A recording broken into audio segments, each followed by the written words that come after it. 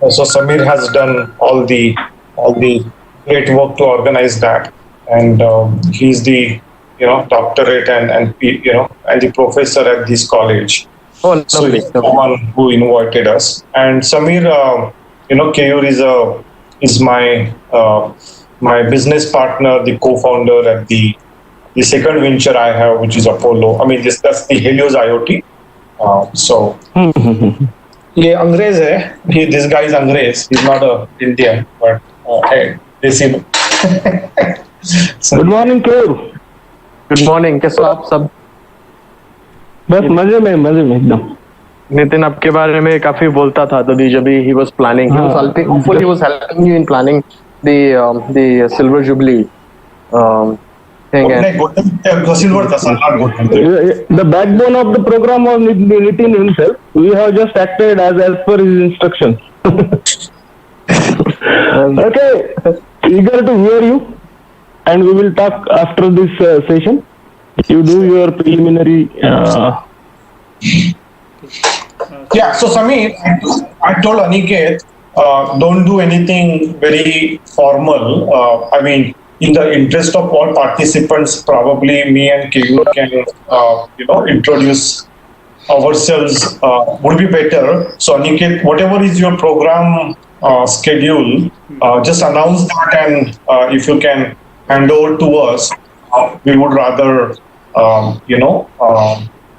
we'll rather introduce ourselves. Yeah, much better. Yes, Aniket, what Nitin says, just follow it, okay? You just tell the names of speakers and let them continue, okay? Okay, sir. Yeah. Right, I think that would be better. We can, little bit highlight that. Yeah. Right. Okay. So, good morning. I'll just bring my water bottle. I am muting my audio as well as video. Just listening you, okay? Sure. No problem, Samir. No problem. I mean, do whatever I think. Yeah, absolutely. Okay. Good morning to one and all. I, Professor Aniket Deshmukh, wholeheartedly welcome you all in second expert session of this FDP. For today's session, we are having two eminent personalities with us as a speaker. So firstly, I would like to introduce Mr. Nitin Tappe, co-founder and CEO. And secondly, I would like to introduce Dr. Keyur Gandhi, co-founder and CTO. Thank you. So I would like to hand over this session to Mr. Nitin Tappe, sir. So, are we good to go? It's 10:26. We are 4 minutes ahead of schedule, Aniket. Should we? 4 minutes, okay? Just wait till 10:30. Yeah, I would also think so. Okay. Sir, I switched the host. Now you are the host for the meeting. Okay. Nitin, sir. Yeah. Let me.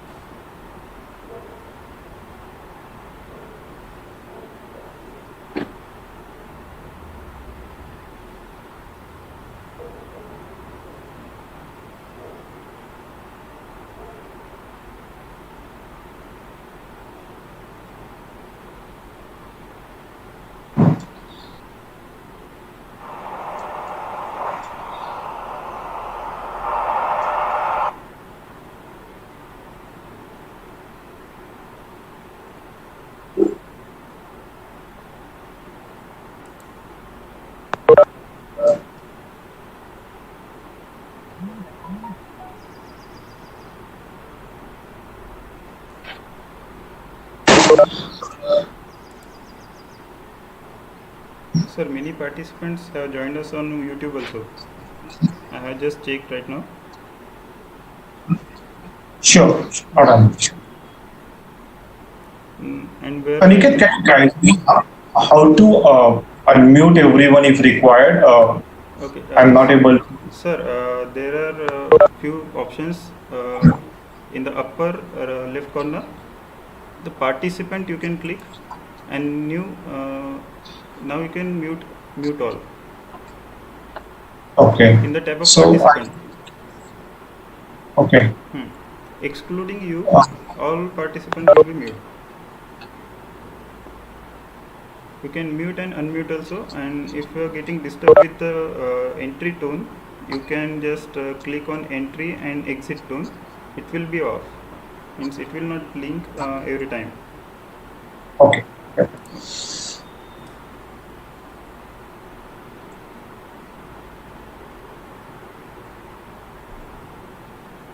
You can hear me, right, Aniket? Yes, sir. Clearly. Okay. Okay.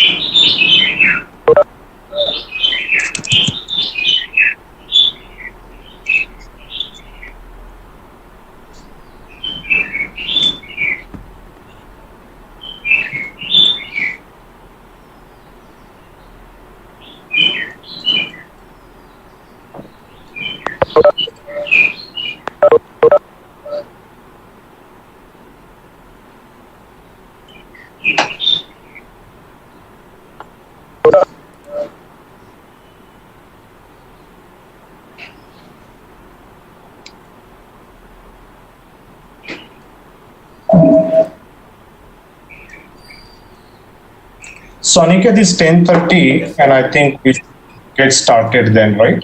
Okay, sir. Should I introduce once again, sir? Yeah, just one thing repeat and then I'll take over. Yes, sir. Yes, sir. Thank you. Good morning to one and all. I, Professor Aniket Deshmukh, wholeheartedly welcome you all in second expert session of this FDP. For today's session, we are having two eminent personalities with us as a speaker. So firstly, I would like to introduce Mr. Nitin Tappe, co-founder and CEO. Secondly, I would like to introduce Dr. Keyur Gandhi, co-founder and CTO. Thank you, sir. Now, I would like to hand over session to the Mr. Nitin Tappe, sir. Thank you, sir. Yeah, thanks, Aniket. Thank you. Welcome, sir. Good morning to everyone who has joined over the WebEx, as well as I believe session is live on YouTube. So the participants as well as the extended participants, all of you come from the academia background. Thanks for joining the session. To begin with, I would like to thank Dr. Samir Deshmukh for giving me and Keyur an opportunity to connect with you.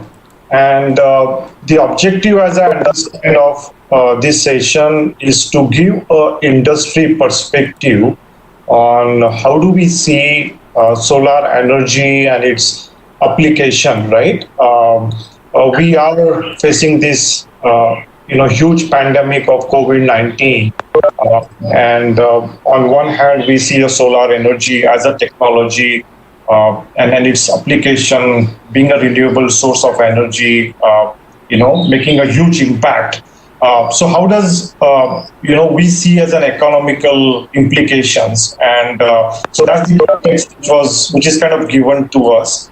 What the perspective we would be bringing in from an industry is, we for the last 2 to 3 years we ourselves are working on making solar energy more effective, solar energy more cheaper and more accessible. In this session, we would also cover some of the technology progression in the space of Industry 4.0 and the enablers of Industry 4.0, like Internet of Things, IoT, as well as cloud technology. So how these technologies are essentially helping to improve the performances of solar utility plants, and hence the independent power producers, how they would be offering the energy to the industry and consumers at a lower cost, at a better predictability, which is a big challenge when it comes to the renewable sources. And most importantly, with the economics of solar energy and the pricing, if you are, if you are tracking the power purchasing agreements and the price dropping, so how do they still remain economic viable through the health analytics of their plants throughout the duration of 20-25 years? So that's what me and try and bring our perspective. Also, while doing that, we are not just the theoretical in nature, our knowledge.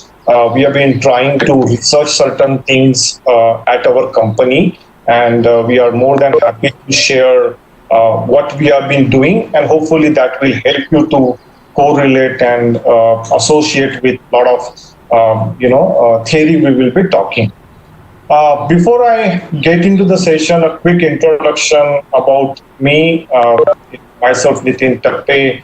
I am a 1994 mechanical engineering pass out from Amravati University, and then I did my graduation from IIT Mumbai, again in the manufacturing engineering. Other day when Aniket was putting down the program and he put a doctor in front of me, I think that's where I came closest to any further education, academic association of that. But honestly, I have not done anything. I've been in the corporate world for 20 years in early part of my career. So 20 years I spent with where I applied the software technology for the use of mechanical engineering and both the design and manufacturing purpose. That's what I did for 20 years, and for last 5 years I have been in my entrepreneurial stint. I have a larger setup called Pratiti Technologies, where we are working on digital transformation led initiatives for manufacturing industry, energy industry, as well as the healthcare industry. I partnered with Dr. Keyur when he returned back to India. He's a British national, done his PhD in PV technology, solar PV technology from University of Surrey. He came back to India to make an impact in this field, specifically for his passion of doing something for India. So he came back to India 4 years back, worked for initial, or 5 years back, I should say, worked with Mahindra System for a couple of years. And then we partnered on this whole journey of doing some technology adoption and helping industries to adopt digital transformation technologies like IoTs and cloud, and help to improve their performances. So thanks for joining in. We will now, with this introduction, get straight into the session. I understand that there are participants, all of you are mostly from the academia and would be though coming from different engineering streams. So we are trying to, still try to establish a common ground. So I would let Dr. Keyur talk about, a basic understanding of solar PV plant. And how the technology has evolved over the years. So give a basic introduction. And for those who are new to this topic, I saw another professor covering some aspect of it yesterday, but perspective from someone like us, whom we are working with a lot of global industry, the independent power producers globally as well as in India, will give our perspective of how this industry evolving. I will talk very briefly about industrial internet. This is not a session where I can go deep. We would go deep into the IoT, but talk very briefly about industrial internet, industrial IoT and IoT. Try and give you some of our perspective. But mainly we will be spending time on applying these technologies in the context of solar utility plants. And by applying that, how do we get the performance analytics of this plant and what are the benefits solar companies get out of it, and we have our patented technology in that. We'll talk a little bit about that. It is not about our technology. It is about giving you an idea of what kind of research you people, your students can do in the space, and give you our understanding of what's happening globally, what's happening in our company, and in future, you can contact Dr. Samir Deshmukh, who will be happy to collaborate with some of you to carry forward that research. But what we are doing in this area, we'll talk about it. And theory is good, but I think people like me who always been in the field of applying the technology, the demonstration probably will help you to eventually conceptualize it, what we have been talking today. So that's the agenda for the day, and I would let Dr. Keyur take you through the initial part, and then I will take over the rest of the presentation. So over to you, Keyur. Thanks, Nitin. Thank you so much, and all participants. Good morning to everyone. Hope you all have a good day. And so I'll be going through the a bit of engineering approach of how power plants are created, very briefly in terms of what are the components which are typically used in a solar power plant, and I'll also mention different kinds of power plants which are right now being constructed. So I'm assuming that I think most of the people here are aware of small size house rooftop size power plants, which I think pretty much the entire India and I think pretty much globally everyone is adopting, so that they can reduce electricity bills, of course, but also contribute to capture this solar energy into electricity and supply back to the grid. So if you look at the last 10 years, things have changed very drastically, where we hardly saw a couple of solar panels above the roof of someone's house. And now pretty much everywhere in most of the societies and also buildings, we keep seeing the solar panels being inserted, and how they are kind of being part of our community as we speak, and it will grow further beyond this level. Now, when it comes to solar plants, I mean, we see those small house 5 kilowatt type solar power plants. But then when we look at, let's say, a factory, could be a tire factory or could be any factory. Most of the industrial companies like Tata's and cement manufacturers and milk manufacturers, they are also using on top of their factories to install a 1 megawatt size, half a megawatt size power plant, so that they can use that energy to make sure that their energy consumptions are under place, but also to make sure that the entire roof, which has been pretty much unoccupied and not being used, is well occupied, and somehow helps them to financially also be independent of the power fluctuations which happens in the grid at times, when could be a grid failure. So most of their components which has to be chilled may not work, and you could not have a strong backup. So such solar power plants which are installed on your roof can actually help you to improve your business as well.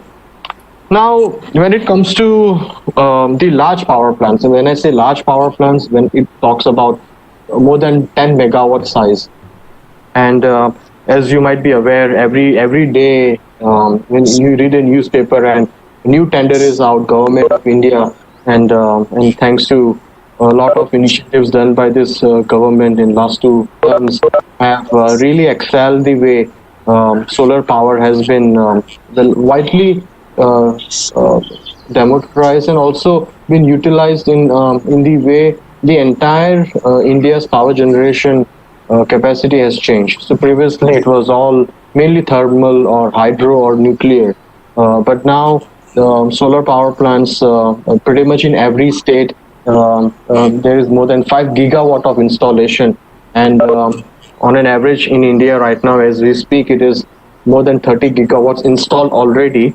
And if you think about next 5 years, the number is actually going to more than double. So the widespread adaptation of solar energy in large power plants is happening as we speak. Um, and that's a very encouraging news for academics who are teaching solar energy engineering to enable the future engineers to really kind of give an emphasis towards this particular field to understand and help the growing energy market to take things up. So that's what the landscape of the solar power plant right now looks like in India, and it's gonna go up um, as we speak in next 1 decade. So very good field to be in. Now, when it comes to the components in a solar power plant, the slide which is available for you all to look at kind of lists down some of the basic and major components which are used. And these components which are typically used, the most important is the solar module, where I'll talk about solar module a little bit more into details later on in terms of how they work and what are the technologies available. But yeah, the solar module is what the real heart of the power plant, where energy is converted from sunlight into electricity, DC power, and then from solar modules, the inverters, which solar inverters, which converts DC power into AC power based on its configuration, is converted. And people typically knows about inverters, but especially at the homes when they have UPS systems, there is something similar concept, but more sophisticated with more IGBTs and more like a power plant controller, which are typically used in solar inverters to convert DC power into AC power. And then from inverters, the power is injected into grid by converting the low voltage into high voltage. So there is a voltage shifting happening in the transformer. So those are the three main components which are typically comprises of a solar power plant. In this picture, you could see the list of other components, and I have also mentioned that the numbering just to represent what they are and where they are, also in the diagram. Now, along with the other main components, there are other subsidiary components which helps you to run the power plant. Things such as SCADA systems, things such as weather stations.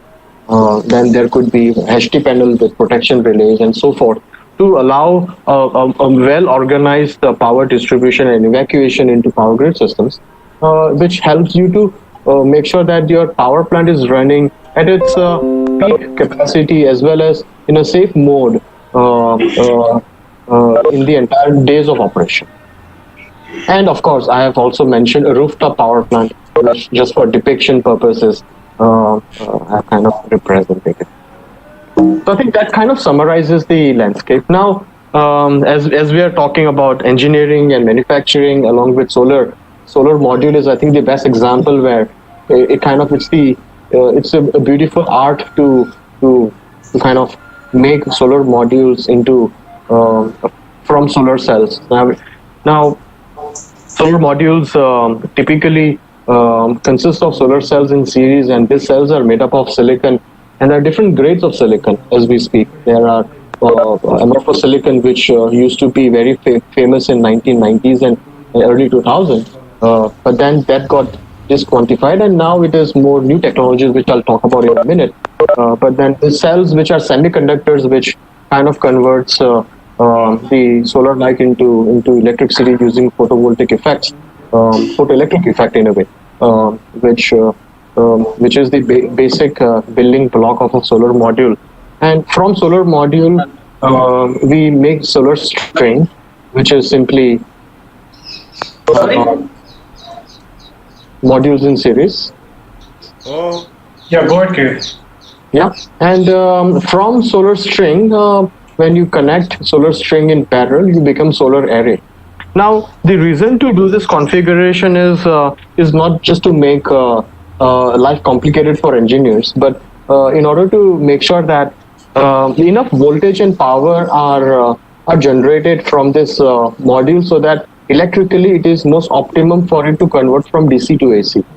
So a lot of configurations are typically done and tested by engineers who are designing the solar power plant to make sure that the output voltage and the current are as per the required standard to design a particular power plant. Then you can slide on to the next slide.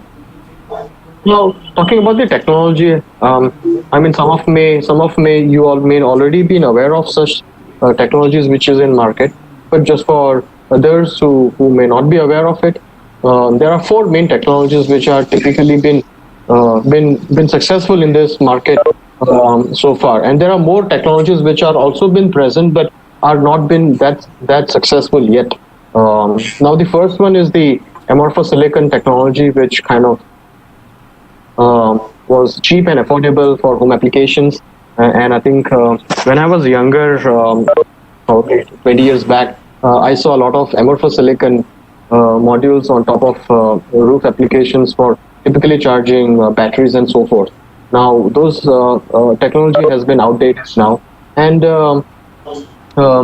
people have moved more towards more efficient modules. So from amorphous, a lot of Chinese companies and also Indian companies, Tata Power Solar, along with BP Solar, back in early 2000s, they started manufacturing a polysilicon wafer technology-based solar module, which had an efficiency roughly around 15% and had a good power output of 300 watts.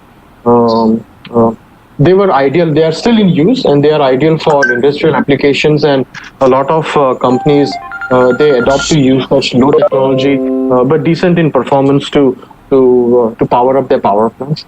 Now, as technology evolved from monosilicon, it went to polysilicon. From polysilicon, it went to monosilicon, which gave higher power output, and also the efficiency increased from 15 to around 18%.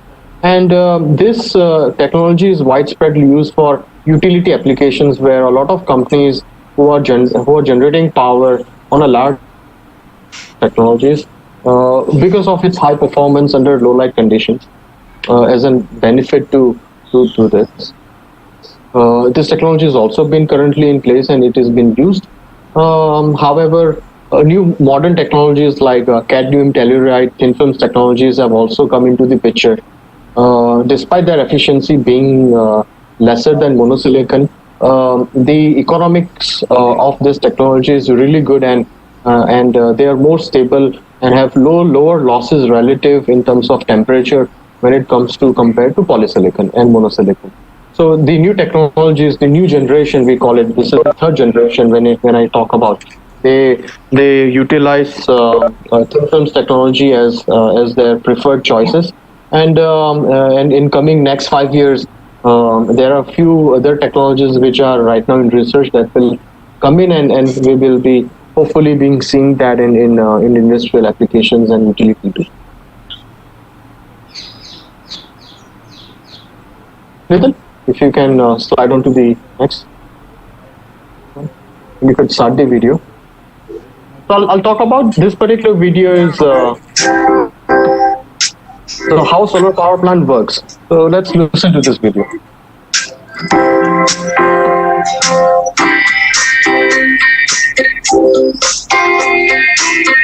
Solar power plants generate electricity using sunlight, a free and abundant renewable energy source. Photovoltaic panels are the basic building blocks at solar power plants. They can be installed on the roof of a home or grouped into vast arrays. Each panel consists of several solar cells less than a millimeter thick. These cells contain a semiconducting material that releases electrons when photons, the particles that make up light waves, crash into it. Extremely fine metal wires carry electrons to the negative terminal of the cell. They then follow an external circuit that leads to the cell's positive terminal. The resulting flow of electrons is the source of the electric current. The current passes from cell to cell, panel to panel, combining with the currents from all other cells along the way and flowing into the inverter.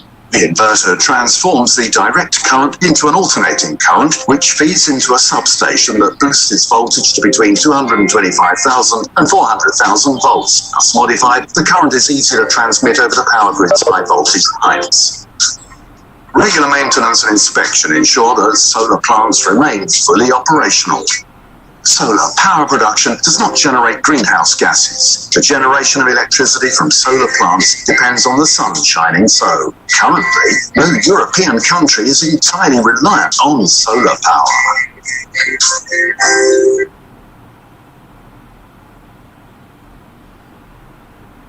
Yeah, so that's a really good video to understand how this energy industry has evolved. And now we are shifting to another video, which will talk about how manufacturing of solar modules are done.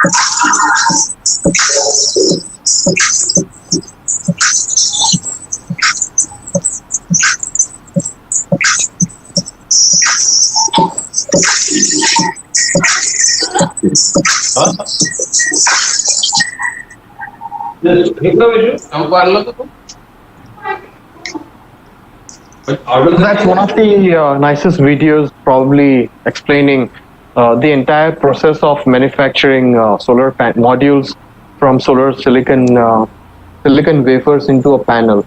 And as you could see, there's a long list of manufacturing processes. Probably Nitin is more curious, and others who are in the manufacturing line to understand how that works. And it's a very mature industry right now, where a lot of companies are manufacturing solar modules in bulk in 1 gigawatt capacities annually as well. What is it? So I think that kind of summarizes my talk, and I think I'll hand it over back to Nitin, where he'll talk about more about Industry 4.0 and how IoT is revolutionizing this energy sector, leading to better efficiency and more reliable energy output of solar power plants, especially during COVID-19, as things are getting very stringent to move about. Yep. Here you go, Nitin.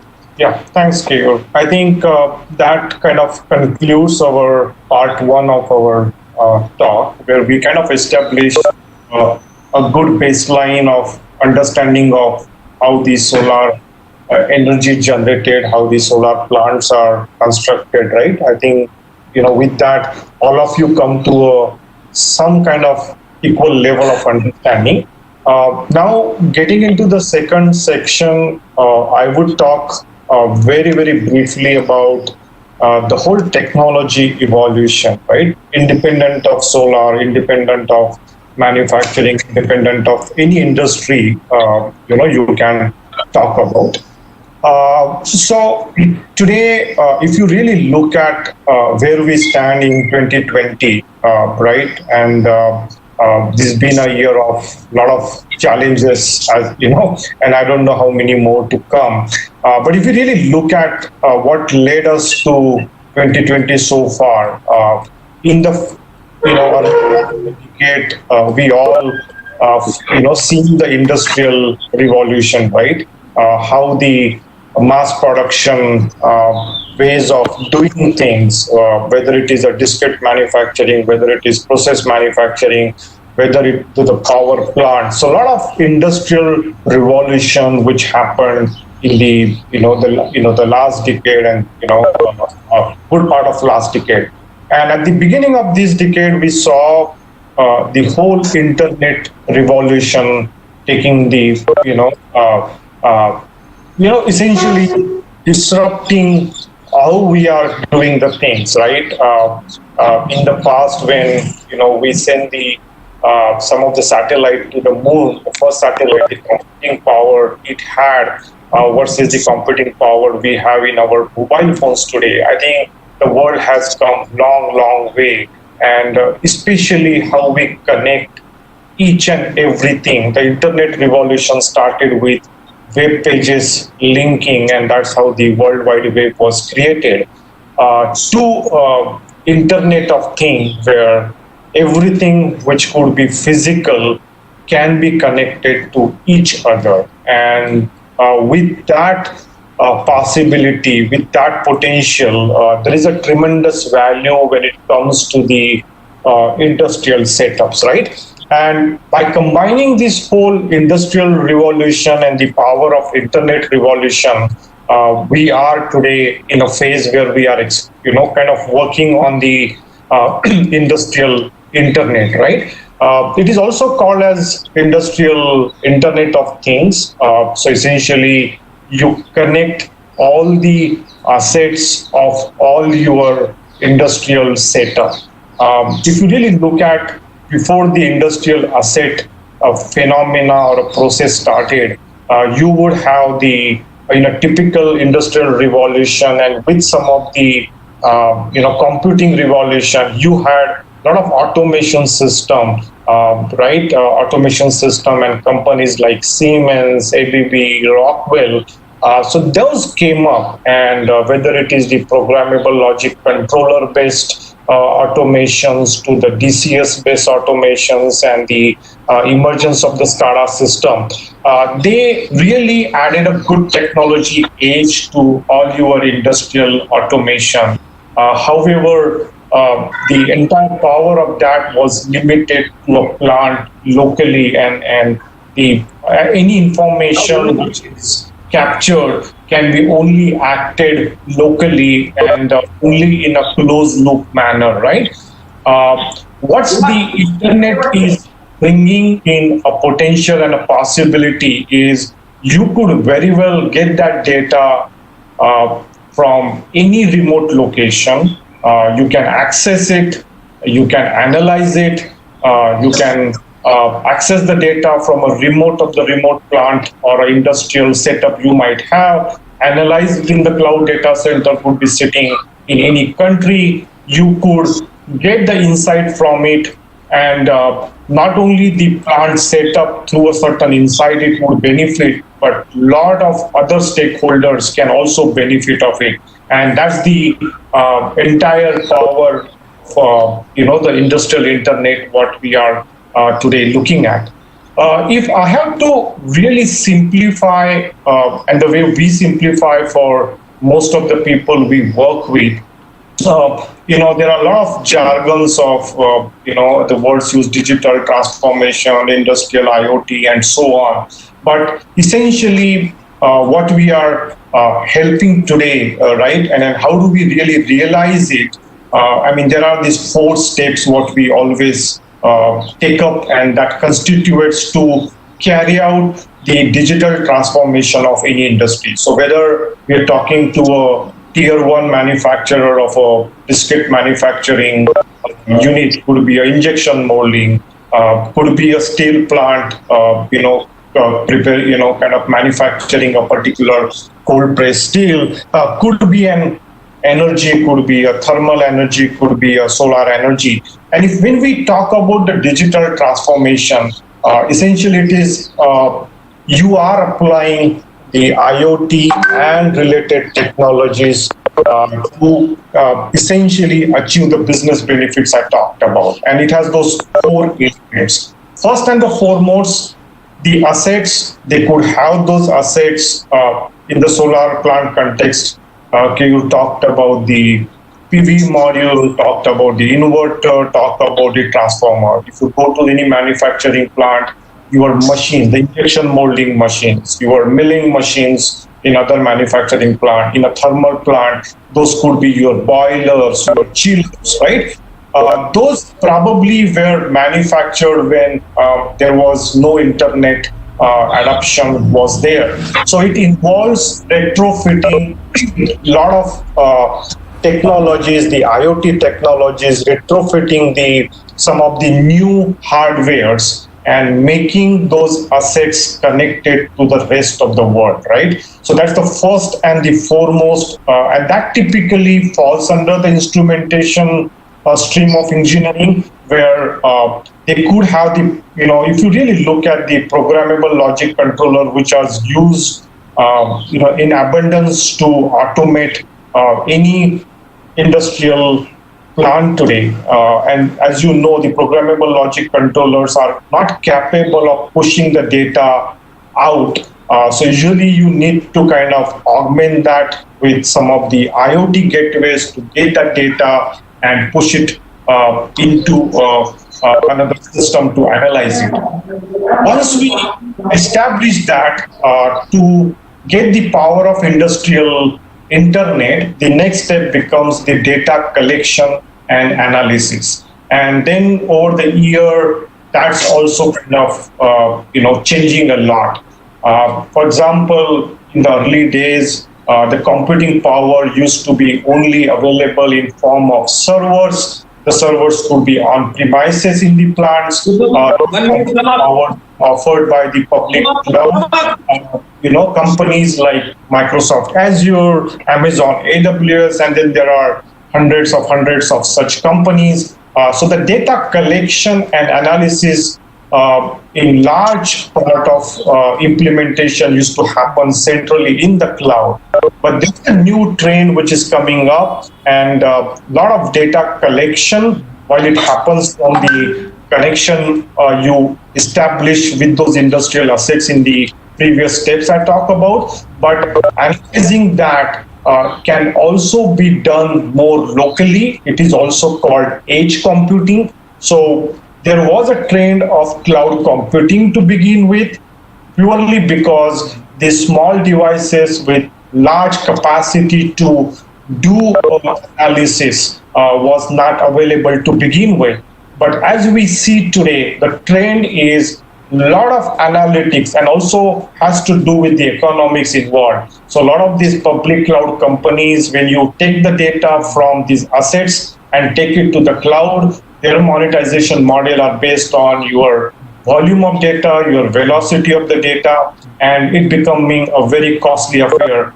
To keep the economics in control, there is a need to do a lot of data analysis at the edge, and that's where you probably hear a lot of terminologies like edge computing. So you don't throw or you don't push everything in the cloud, but you analyze a lot of things and possible at the edge, and only you push meaningful information with rest of the people, rest of the world need to know, need to consume to the cloud. So that's what the second step involved. The third step involved is really putting the data to the use, whether doing it in the cloud fully or partially, whether to do it at the edge, and the ability and the feasibility based on what kind of analytics we are doing. So then there are a lot of things and a lot of terminologies you people hear, and I will try and help you, give you a simple insight the way we work with our customer. Suppose you have a rotary equipment and you are trying to analyze the vibration data. And if you really look at the vibration and the spectrum you would need, it's a humongous amount of data. And can you apply any analytics on such a high volume data in the cloud? It becomes unviable. So that becomes, so if you are looking at vibration analysis and you are trying to create the fast Fourier transformation techniques. So those are the techniques to find out whether the vibration in any class of equipments, whether they are under the control or there are any underlying phenomena where the foundation is loose or there is a leveling issue. A lot of the ISO standards are available around how do you interpret that. If you are trying to do fast Fourier transformation of vibration spectrum, you don't want to do it in the cloud. You want to do it at the edge, and those becomes a good candidate for doing the edge computing. Now in case of solar, and we will talk in our subsequent section, the data is not that high, the data volume is low, so it is economical that we do our data analytics in the cloud. So then a lot of data needs to be analyzed in a very fast manner. Again, going back to my example of vibration analysis, whether you do it in the edge or whether do it in the cloud, if you have a blower in a steel plant, and in that blower you are monitoring and looking at the vibration analysis, and there are a lot of blowers which are not accessible, where none of the maintenance people or none of your manufacturing people can have easy access to.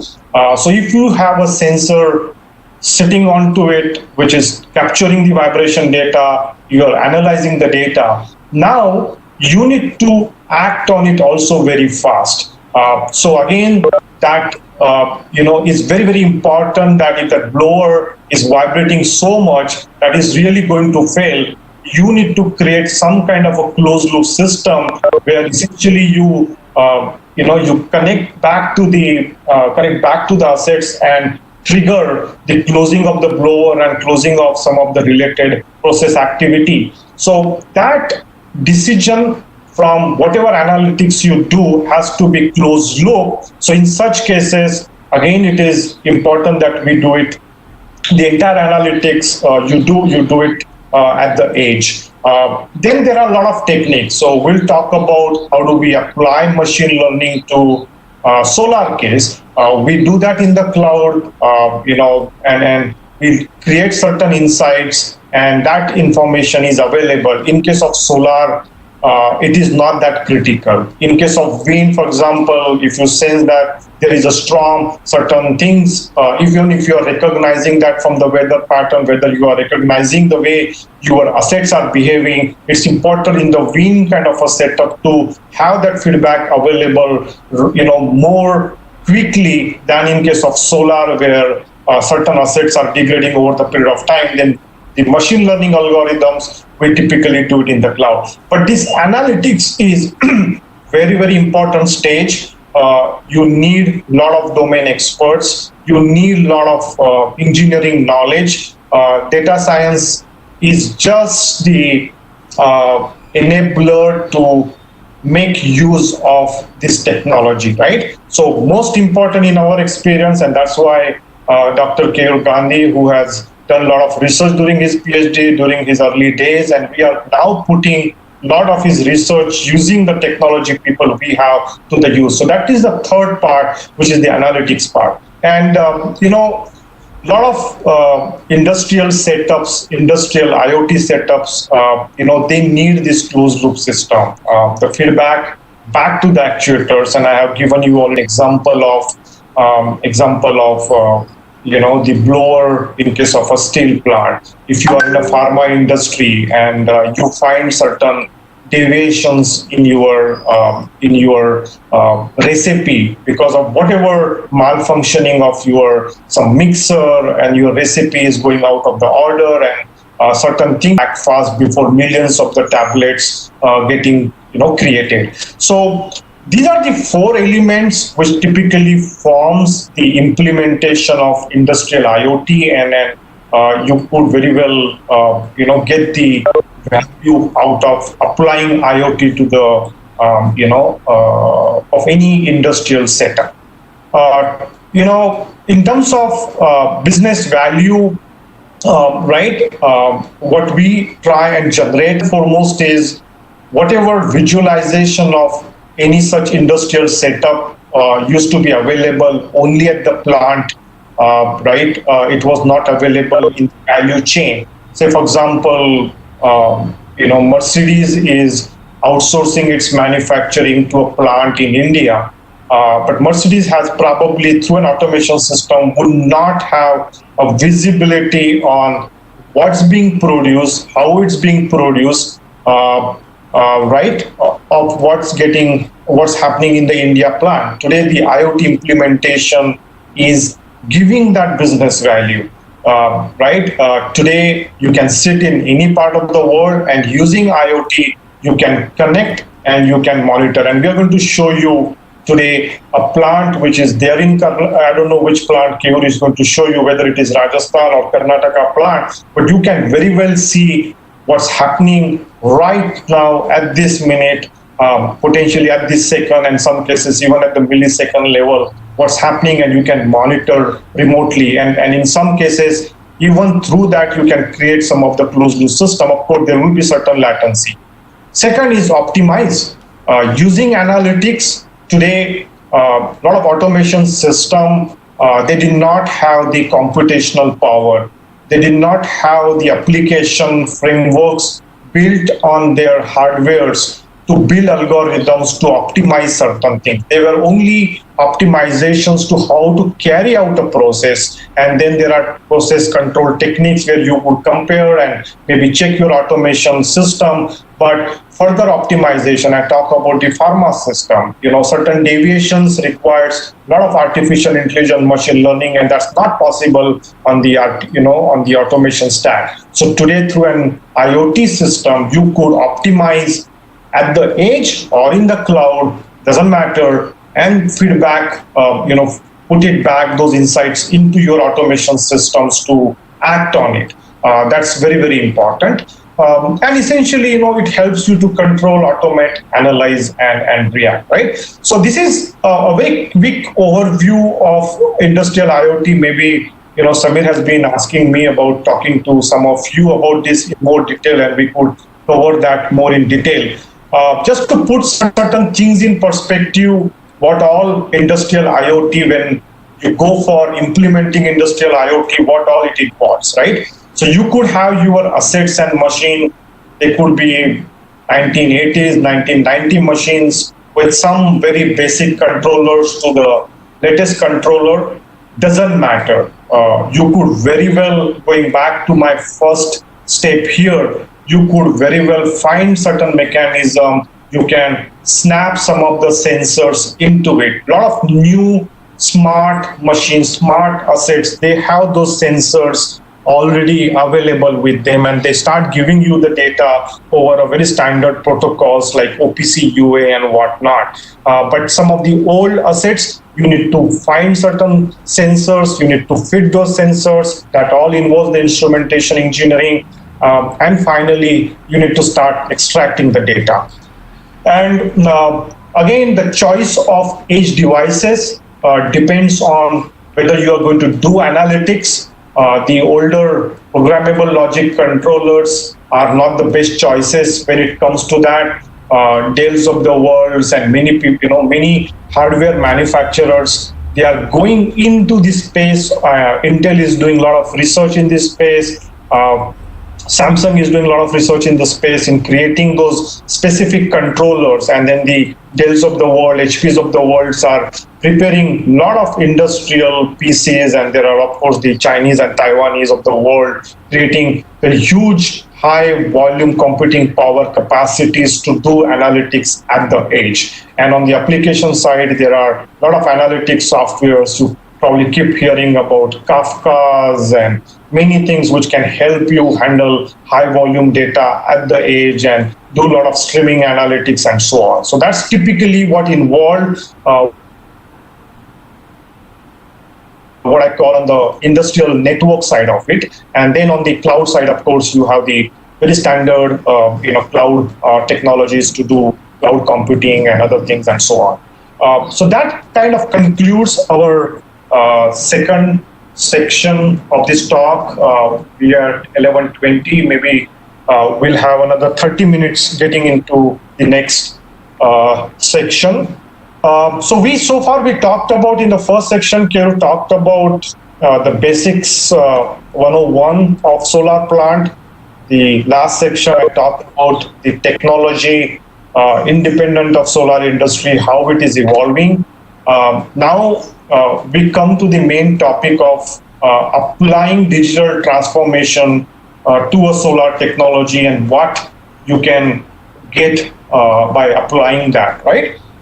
Keru talked about a lot of design principles of solar power plants, and how do they do planning. So if suppose government of India puts a tender for a 10 megawatt, 20 megawatt, 50 megawatt power plant, if the contract is won by, say, Tata Power Solar or Renew Power or any such big or a medium or a small size company, today they have a lot of engineering methodologies to do a planning and design of that.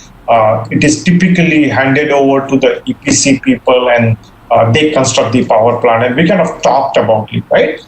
And I think this phase of solar project life cycle, if you really look at, it's well optimized. Not that there are no gaps.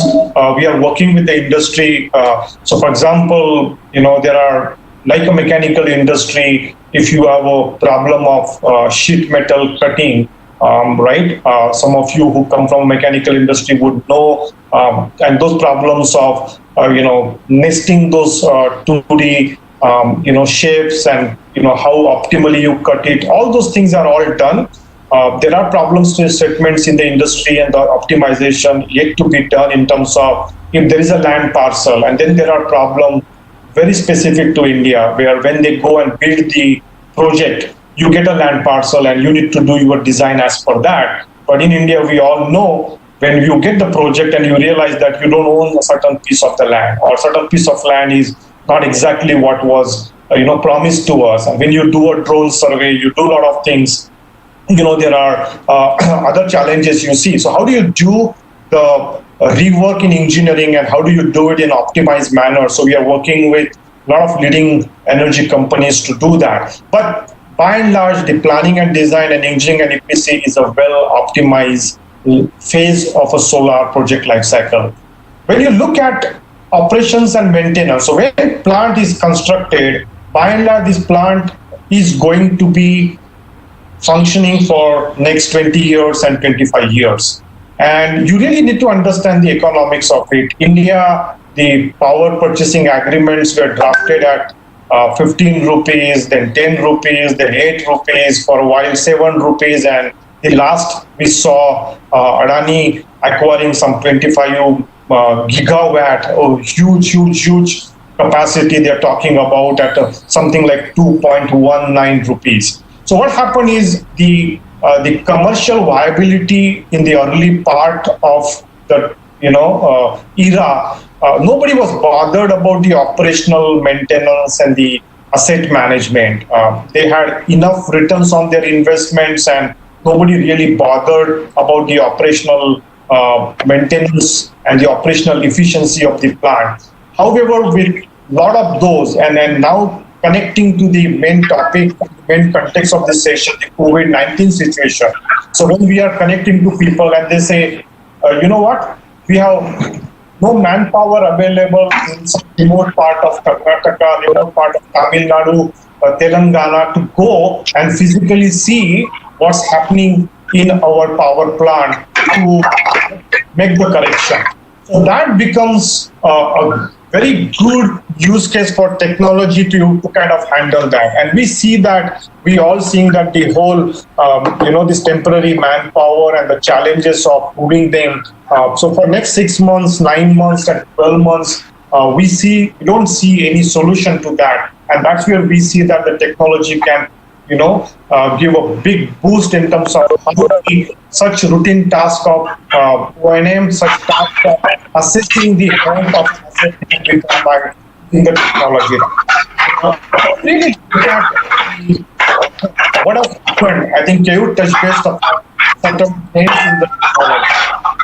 Things in technology like people moved from central inverter to the street.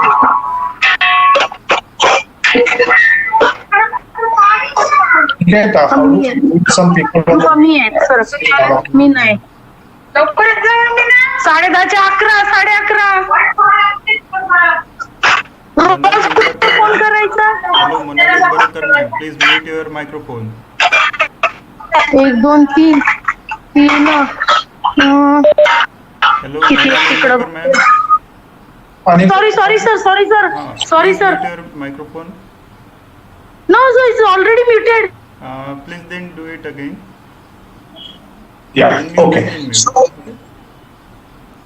now, in terms of technology, what we need to analyze to make those, analytics and put that analytics to the use, the amount of data one need to crunch is just amazing in terms of volume and in terms of complexity. So, KU did touch base upon there used to be use of central inverter, but to improve the efficiency of conversion of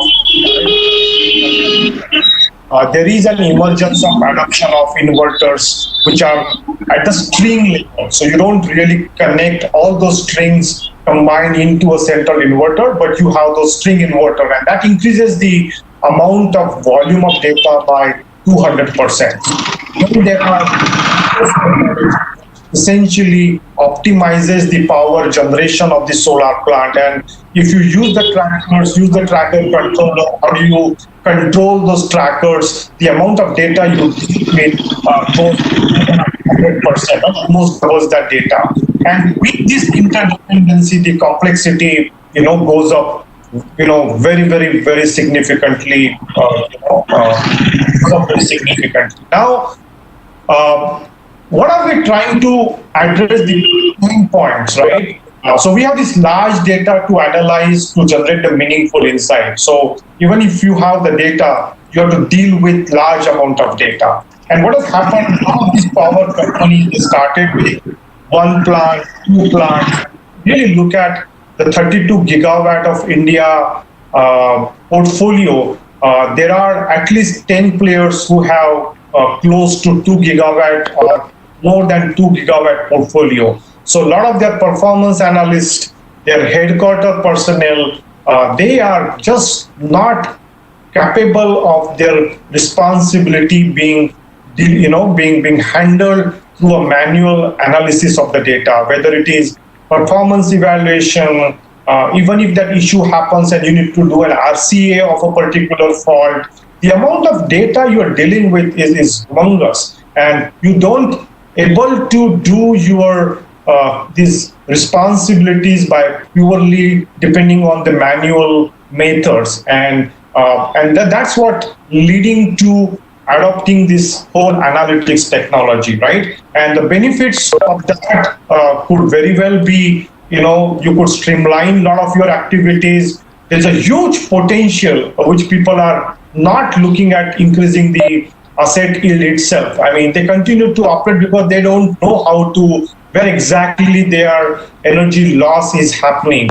If you can, through an Internet of Things technology, IoT technology, if you can collect the data, analyze the data, there's a potential of increasing the asset yield, right? You don't know how your assets are performing. You don't know which assets are performing poorly. How do you benchmark which are your better versus which are your poorer assets, right? And you don't know about when your assets are going to fail. So by using the analytics technology, you can achieve a lot. That's the trend of analytics solution. If you look at the analytics, so we kind of, by this way, we have established a need and we can see the benefits of analytics solution, but then there are different flavors of analytics solution, different capabilities of analytics solution, right? So some can do basic monitoring, some can do a basic alarms and fault, some can, can be used to do something like a preventive maintenance, right? But what really we are looking for, more and more industry is just not looking for generating the insights, but it is actually asking for, tell me, if you generate this insight, tell me what do I need to do? Prescribe me maintenance activity based on this predictions or based on your insight generation, what I should be doing. So prescribe me what I should be doing. And that's the highest maturity of analytics solution. And that's what we are in our journey, in our pursuit of offering to the industry. And then to talk about how did we put to use the IoT technologies and the other analytics technologies to help industry. We help them by generating the performance intelligence through our technology. We are working on health analytics using machine learning, and then we are data science-based forecasting is what we are working on. Digital twin is another big buzzword. So what happens is today, all of you who are masters in the engineering, you are the one training the new and the young minds how to engineer something, and they go and build a physical asset.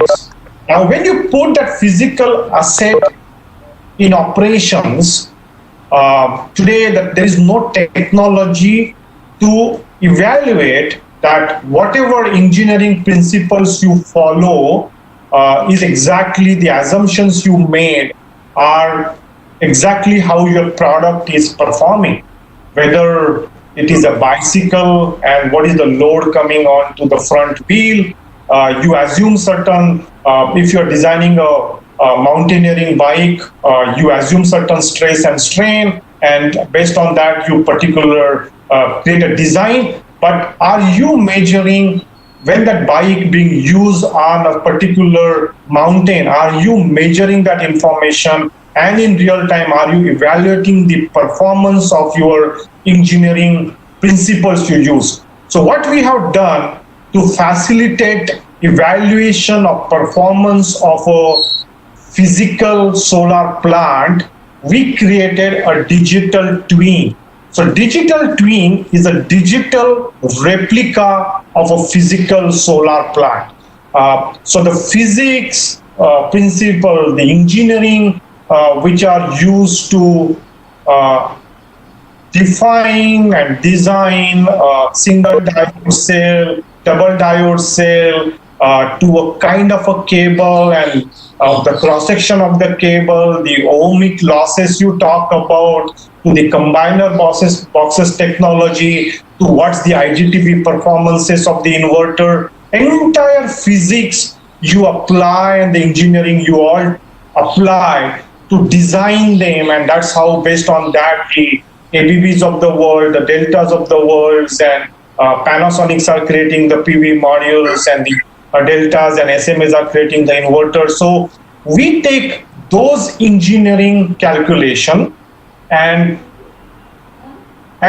apply those real time onto the data we collect from physical assets. So we create the first digital replica. So if you have a physical plant, we create a digital replica and apply the entire engineering and physics principle to simulate if your single cell, going back to the KU slide, if you kind of remember, a cell and a module and a panel or a string or array, if it was designed to produce certain volt and current under a specific solar irradiation with a certain ambient temperature, with a certain wind velocity, is that exactly giving you the same throughput output?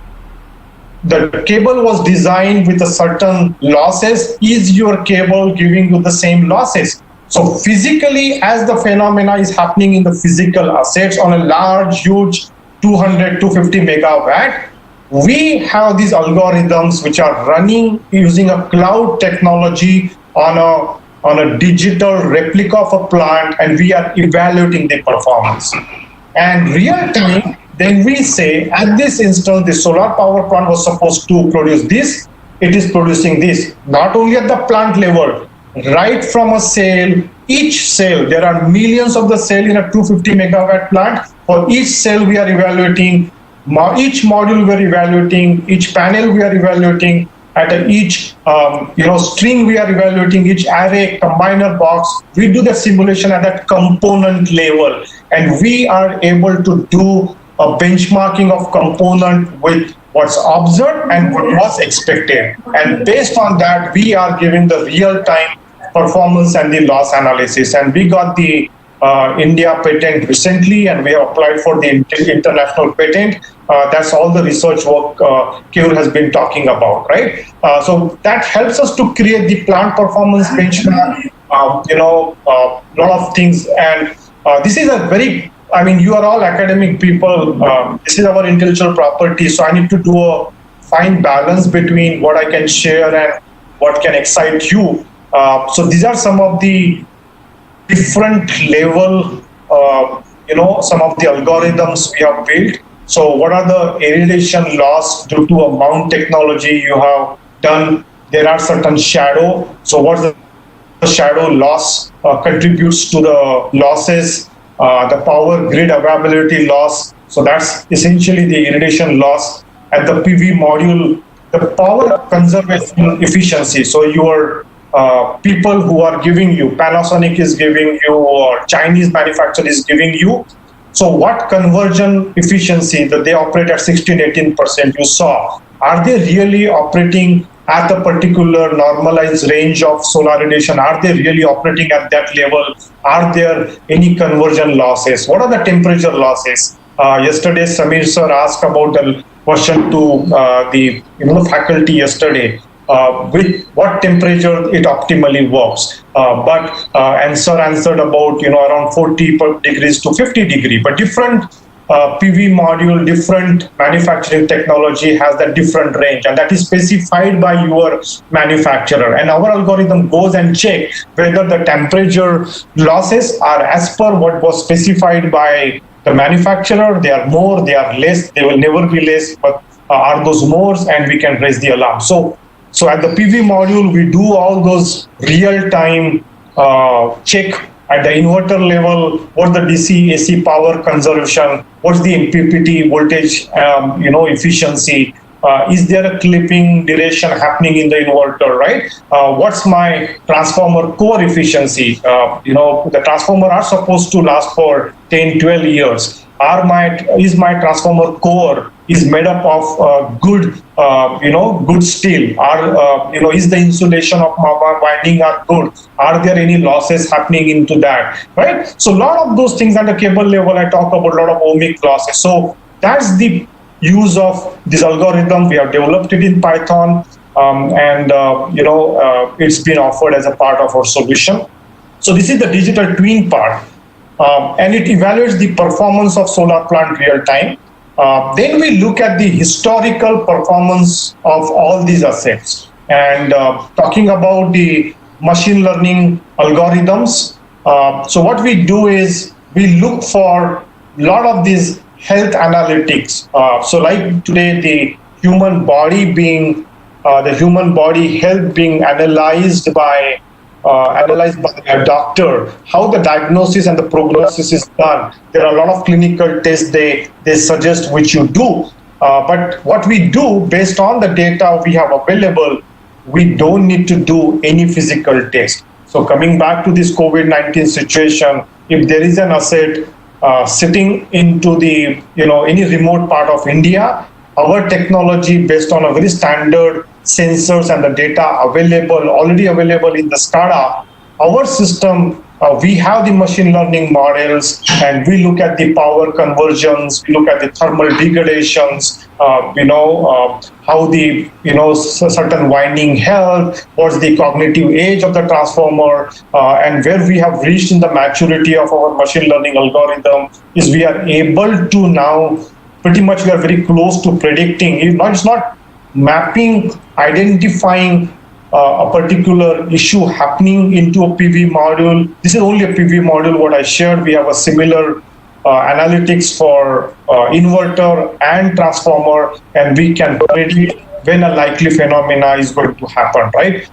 Typically in case of PV module, there are those micro cracks which gets developed. So we are able to identify, one need not go and check physically for the micro cracks, and those are very difficult to find out. And then we can also specify what happens. And I think, essentially by doing all of this, we help O&M and asset management, things to get simplified, right? And I think a lot of benefits when they adopt this technology, the entire digitization of their asset happens. They can see it by sitting anywhere in the world. All assets are connected. They exactly know what's happening. Domain expertise, which are otherwise remain in academia people, industry domain people like KUR, it is being used to do the data analysis, right? And you get the real-time transparency and visibility into what's happening. Now, this is all theory part of it, and then this concludes our second section, and or rather third section, and then we get into the last part of it, which is the demonstration. So I will hand it over to KU to kind of take us through that. Thanks, Okay. Nitin. Yeah, I will share my screen. Yeah, I don't know how I do that, but yeah.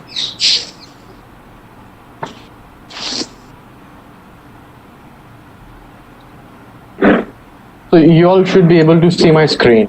Yeah. Aniket, can you confirm? I mean, I can see it, so very much possible, I guess.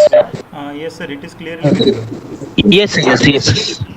Yeah. So this is the software which Nitin was mentioning, where a lot of data collection from field devices, from inverters, from transformers, from HT panel,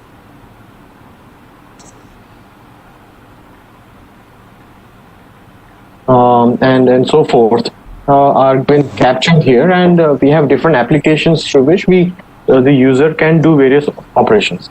I'll just briefly talk about plant configuration, which is what Nitin was mentioning, how different plants are configured in the system, where every plant which are digitized using the physical dimensions into picture are all been captured here, where basic details about the plant, the system details about the capacities and date of commission, and their location in terms of latitude, longitude, altitude, and so forth are captured here to configure the plant. And here you could see the list of assets which are configured, where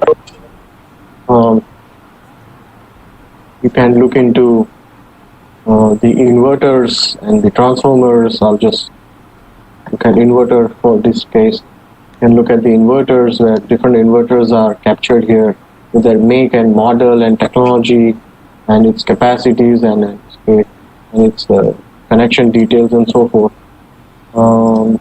We get to know which inverter is connected to which combiner boxes and which transformers and which weather station it links to. All those topological information are captured in the system. We also capture cables as well as in the power plant. Electricity is flown through cables, and when we have so many cables, lots of hundreds of square kilometers of cables, those informations are captured here as well, so that those analysis can be done in future for the plant operations. This kind of summarizes the plant config as we speak.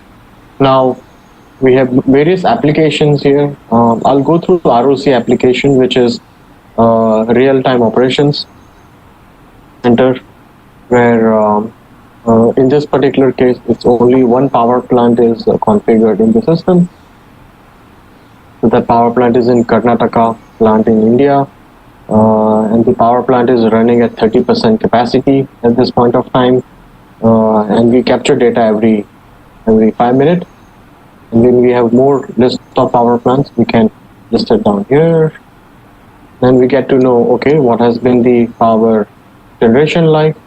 So the plant started around 6 o'clock, around 6:10 in the morning, 6:30 in the morning, and the plant, because it's cloudy right now, the capacity has been pretty low, less than 20%, but it was a bit sunny in the couple of minutes ago, so it was around 80%, and now it's dropped to around almost 30%. We get to know the profile of the plant generation. We also get to know what has been the performance ratio. The performance ratio on an average seems to be around 80-85%. Of course, we do see some peaks, and that happens because of cloud coverage, cloud passing through the system, and we also see the plant availability. The plant has been operating since morning, so there has been not a failure since then. So you get to know the details of the power plant. Now we also get to understand which power plants have connections active, and which components within the power plants are operating and generating power. So here you could see all the combiner boxes and all the inverters are generating power, and all the components are connected to the system so that there is no data losses happening. Also, plant has been, there are some key performance indicators which are typically used to measure the plant output. Those data are also present here for a real-time operator to look into. For plant, for grid, we look at frequency and the voltage which has been operated at, and for the weather, we look at the irradiation power, how much energy has been received from the sun, and also the module temperature in this case, which is an important aspect of it. So we look at such real-time information in place. Now from this section, you can drill down into a specific power plant where you get the system information in place. We also have the map set up where we can usually look into the different areas of the maps using Google APIs. We can also look into the rainfall map as well.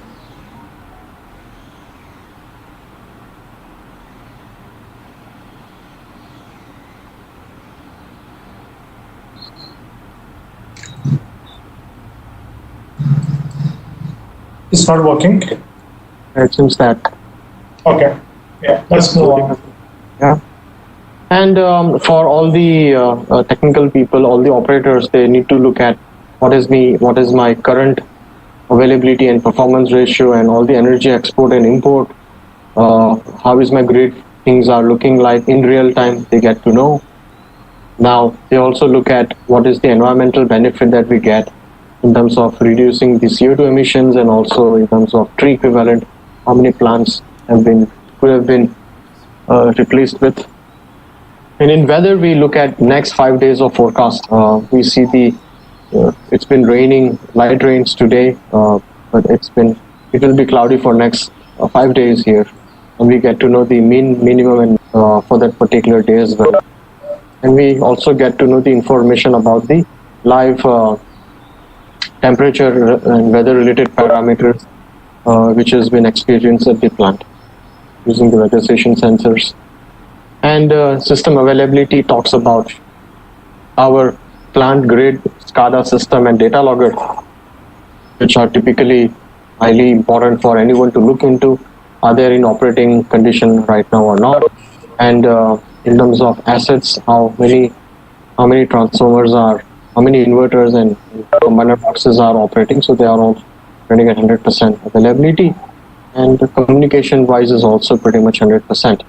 Now, when it comes to when we have different components in the power plant, we need to identify which inverter is underperforming. So here, using a specific metric called specific power, we can identify which inverter has been slightly underperforming, and you can look into various inverters in this particular case. So here it is, this particular one, and as the clouds passes through, you do get variations in the current and in the specific power, but this is how it has been disseminated here. And from here, you can actually drill down into that specific inverter and look at the various technical details about its connections and availability, of course, but also some of the live KPIs, where what is my heatsink temperature of the inverter, what is my efficiency at this operating time, and what has been my active power. So such information are useful for operator to look into if there is a further investigation needed or not. We also look at the total export energy which has happened in the entire day, and we look at the energy generation that has happened today and the profile for the last 6 hours. We can also look at the board temperature and the current of the system, and different parameters which are output from the inverter. We can look into that and see how my temperature is changing as my current is changing, and finds some anomalies if there is any. Those are critical aspect of looking into the power plant. And then we also get to know the daily performance ratio for last 7 days, where we see on a daily basis what has been my total performance output of the inverter for last 7 days or so. So here it kind of gives you summary of the entire real-time operation of the plant. Then we have an event app which talks about discovering events from the power plant in real time, where the event can be coming from inverter, could be coming from combiner boxes, or it could be discovered at the plant level. So here there is a median event for the plant, and then there are some 24 high severity events for inverters, and there is 2 low severe type for combiner boxes, and then you can look into them into details as well. So right now there is some undercurrent happening for a particular combiner box 3 of inverter 19, and if this thing happens for more than 2 hours, then there seems to be an issue. So it's something which user can constantly look into it and check if that particular combiner box fuse has been all right, or there has been some sort of deterioration in the performance or not. Then we also get the distribution of events coming from various components, and you can drill down into that particular plant and look at how things are running like. So right now we only have one plant and we have only a couple of events which are live. You can look into that, and let's take a look at this undercurrent problem. We see that because the current has suddenly dropped in last 60 minutes, it is showing that undercurrent, but only this particular combiner box is showing undercurrent. All the other combiner boxes are fine, so this could be some issue. Delete is something which happens in the performance view. We get to know how are different inverters and components operating, and their performance in different color coded manner. And here you can look into various plants with their key performance indicator and showcasing are they in the average or good or not. So those things are typically carried out in performance app, and you can rank which different power plants based on their performances, and of course look into further more into details. And in the performance app, then you can drill down to a specific power plant and then look into my inverters are underperforming. Okay, so I can look at the reason behind the underperformance of the inverter. Here you could look at the variance of inverter performance using a heat map, and you can see here clearly that inverter 2 was slightly underperforming relatively to others. You can look into more details by observing the neural network of that particular inverter for yesterday,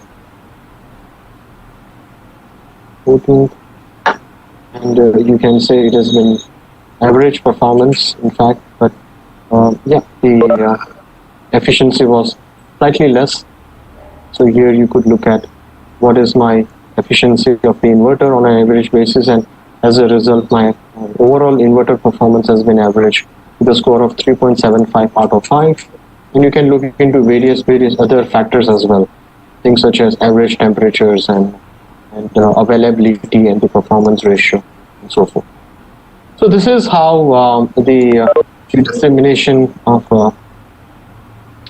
the individual components takes place, and you can also look into how the plant has been generating power at different timestamp, looking at the charts and looking at how the energy has been exported out as a result of irradiation and so forth.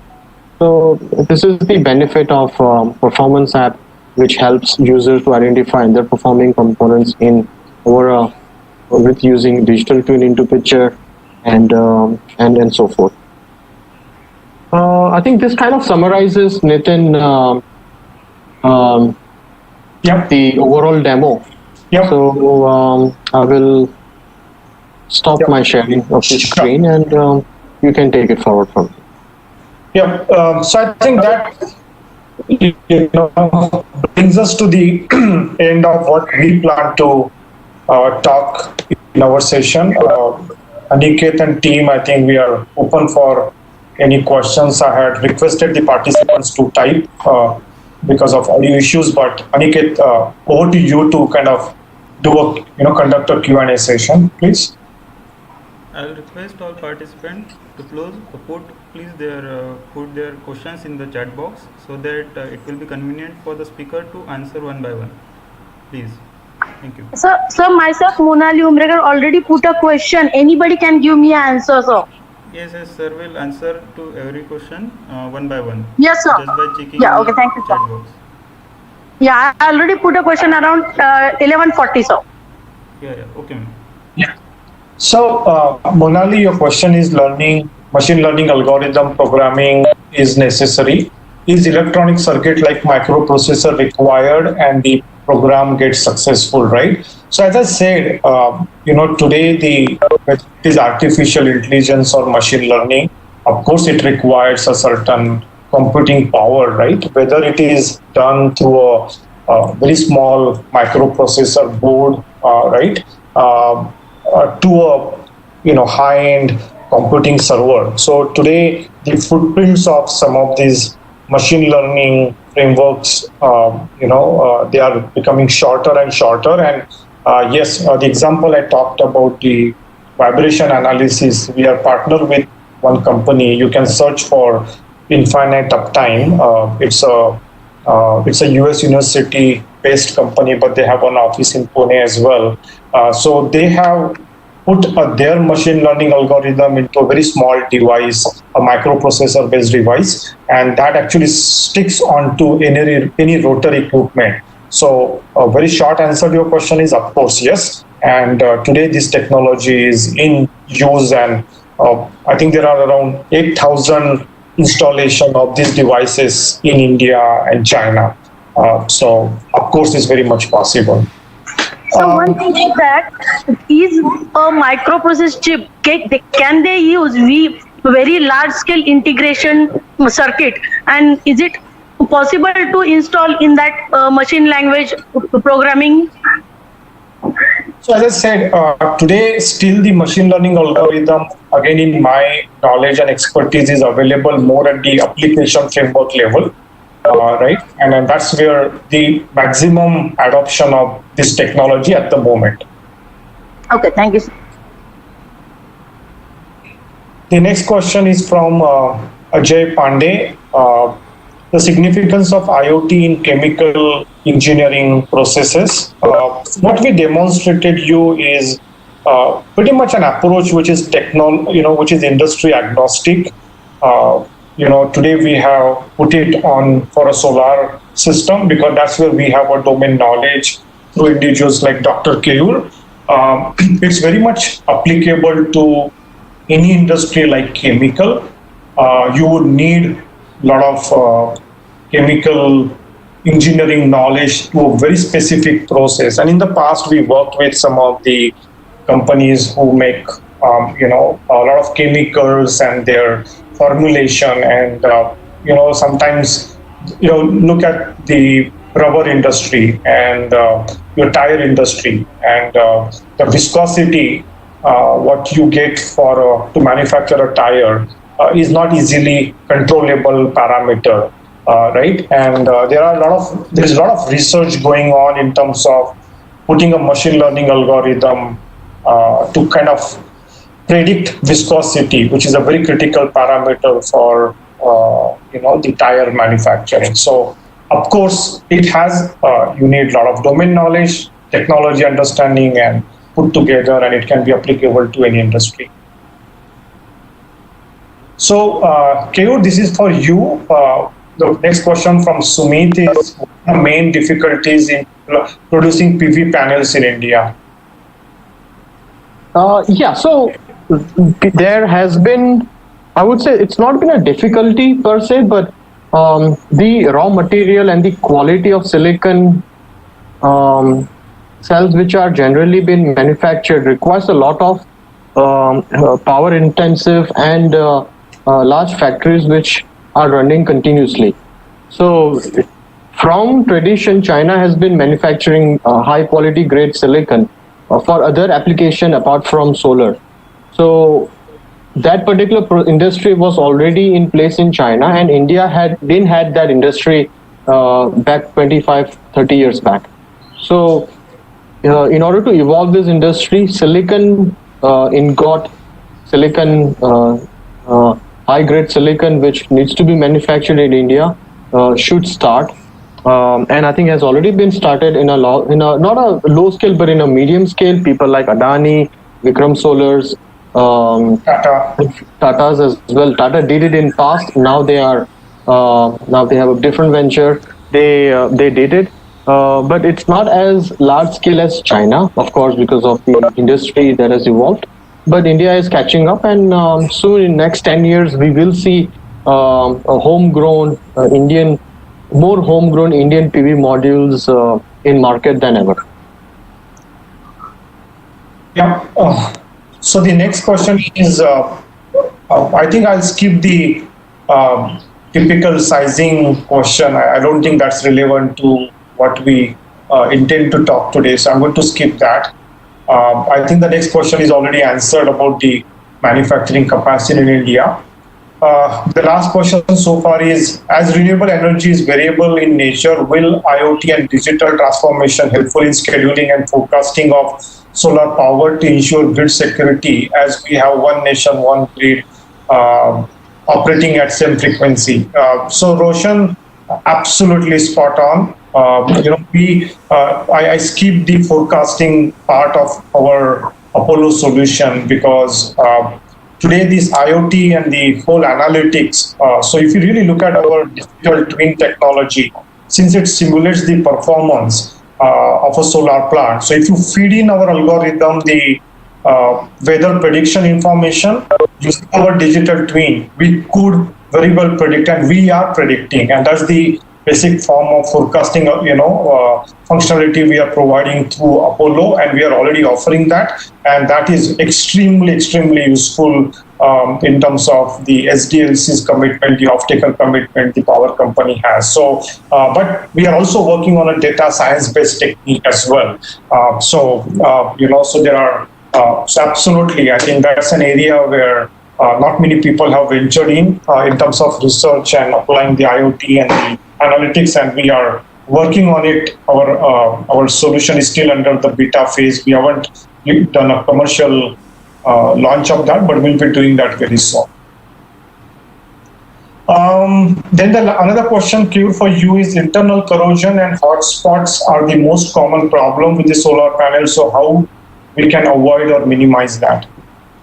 Yeah. So when it comes to internal corrosion, most of the cases they occur in the electrical metal grids, which is which is transporting the electricity from the cell to the output of the module. Now, one of the primary reason is the quality of the aluminum or the silver paste which is used.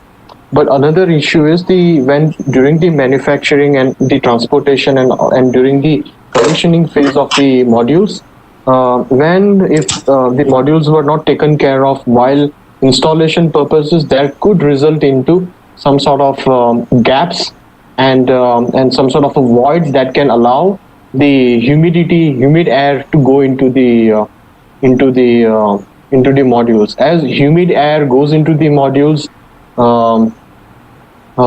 they do start creating corrosion, not in a year, but it takes couple of years to do that.